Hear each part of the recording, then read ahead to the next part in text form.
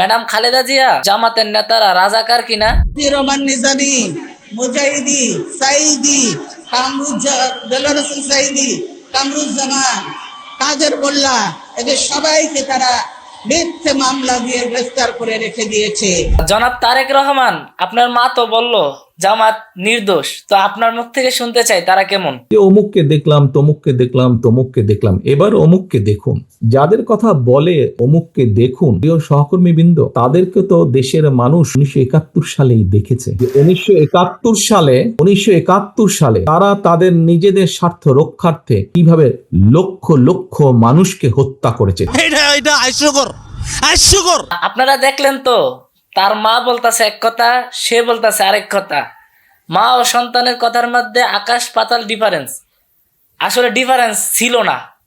চলুন তারেক রহমানের 2014 সালের একটি বক্তব্য শুনে আসি। আমরা দেশের ঐক্যের স্বার্থে দেশনেত্রী বেগম খালেদা জিয়া অন্যান্য দলের কিছু ব্যক্তিবর্গকে ক্যাবিনেটে নিয়েছিলেন, মন্ত্রিসভায় সদস্য হিসেবে নিয়েছিলেন। তাদের কারো বিরুদ্ধে শেখ মুজিবের সময় বা শেখ হাসিনার অন্য শাসনামলেও তাদের কারো বিরুদ্ধে শেখ মুজিবের সময় অফিসিয়ালি রাজাকারের আইনে বিচার হয়নি, তারা জেলও খাটেনি, কোনো কিছু হয় নাই।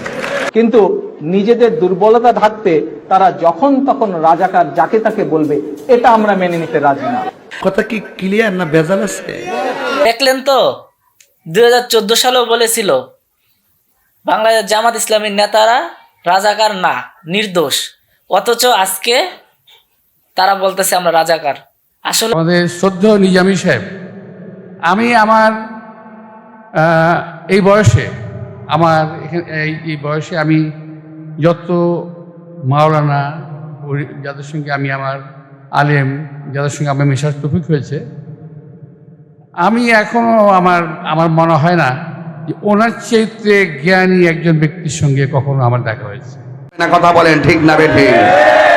সঙ্গে থাকলে সঙ্গী, দূরে গেলে জঙ্গি। গোলাম আজম সহ ওর সাঙ্গ বাঙ্গারা যদি জাতির শীর্ষ সন্তান হয়, তাহলে বীর মুক্তিযোদ্ধাদেরকে অপমানিত করা হচ্ছে। বড় বড় কয় না রে, উদম করে সিহন জিংলা দিয়া ফতফাত ফতফাত ফতফাত করে কি সমঝাই তো। সুবিধা মতো কিভাবে রং পরিবর্তন করে বিএনপি। যারা এক মুখে দুই কথা বলে তারা তো সাচ্চা মুসলমান না, তারা তো ইসলামের ভাষায় মুনাফিক।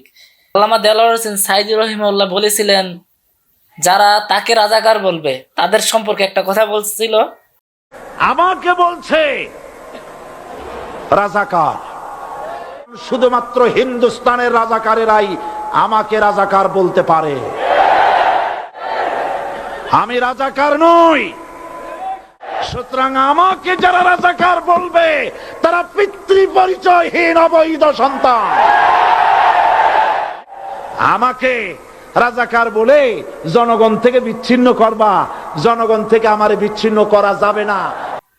যারা জামাত ইসলামকে রাজাকার পাকিস্তানি বলতেছেন, জনগণ থেকে একটু আমাদেরকে বিচ্ছিন্ন করতে পারেন নাই এবং জনপ্রিয়তাও নষ্ট করতে পারেন নাই, বরং এই দিল্লির বাঁশি বাজাতে বাজাতেই আপনাদের 12টা বেজে যাচ্ছে।